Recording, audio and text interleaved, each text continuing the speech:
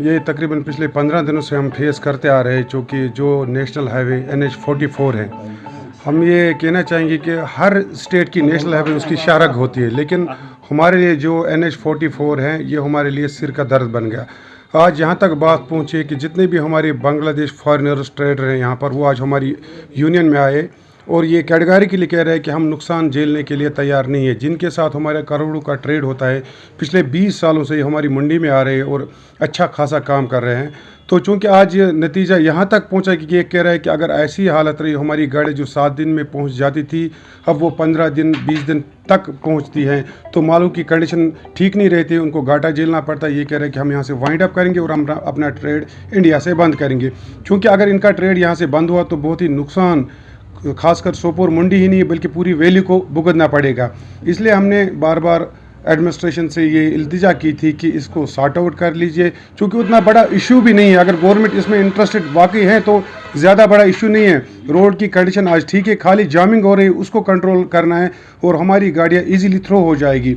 आज एक बार फिर आपकी वसादत से हम ये कहना चाहेंगे कि जो हमारे बांग्लादेश ट्रेडर्स हैं ये आज हमारे पास इसलिए आए कि अगर ऐसी हालत रही तो हम अपना ट्रेड यहाँ से वाइंड अप कर लेंगे, जिसका खमियाजा पूरी सोपोर मंडी ही नहीं, नॉर्थ कश्मीर ही नहीं बल्कि पूरी वैली को उठाना पड़े, क्योंकि अच्छा खासा ट्रेड इनका यहाँ पे रहता है।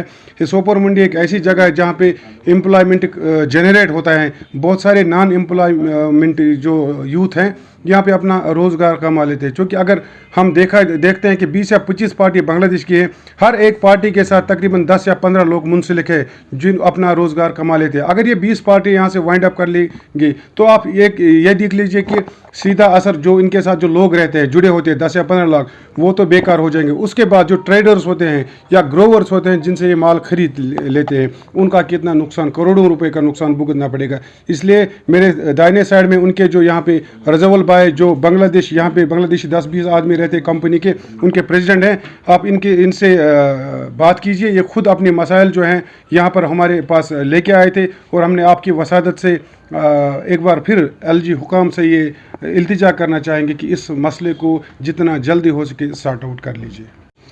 हम बांग्लादेश से है, मसला ये है, इससे पहले भी 2-3 दिन मंडी का प्रेसिडेंट का पास आया था, लेकिन जो पिछला 15-20 साल से काम चालू था उस हिसाब से इस साल जो काम चल रहा है, लेकिन अपना कंडीशन बहुत ही बुरा है। लेकिन इस साल पिछला 15 साल का अंदर में जो माल नहीं होता था वो माल ऐसा हुआ है। क्वालिटी भी अच्छा है, लूटिंग भी माल बगीचा में अच्छा है, सब कुछ ठीक है। लेकिन इस साल जो माल हम यहाँ से भेज रहा है, पिछला जो साल में जो माल भेजता था यहाँ से आपका जाके 6 से 7 दिन में गाड़ी बांग्लादेश पहुँचता था, लेकिन आज का डेट में बांग्लादेश गाड़ी पहुँचने में 15 दिन लगता है।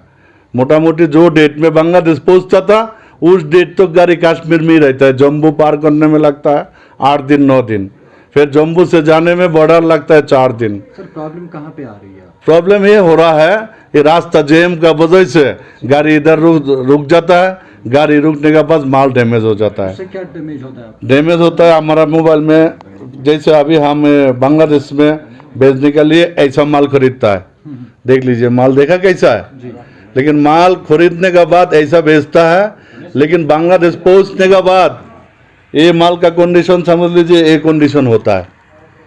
जब ये कंडीशन माल का होता है, होने के बाद ये माल बिकने का भी नहीं रहता है, फेंकना पड़ता है। और दूसरी बात, ये माल जो जाता है अपना डॉलर से जाता है, LC डॉलर से जाता है। इस काम के लिए हिंदुस्तान गवर्नमेंट का भी फायदा है, उसके बाद में मंडी वाला भाई का भी फायदा है। यहाँ पे कम से कम हजारों लाख बंदर लेबर से मजदूर मालिक जो है सारे काम कर रहे हैं, मतलब हम भी इधर काम करने के लिए आया। ट्रैफिक जाम लेकिन गाड़ियों को रोका जाता है, ये बताइए। ट्रैफिक जाम होता है, गाड़ियों को रोका जाता है, लेकिन इस वजह से जो काम का कंडीशन चालू है हमको यहाँ से जाना पड़ेगा बांग्लादेश।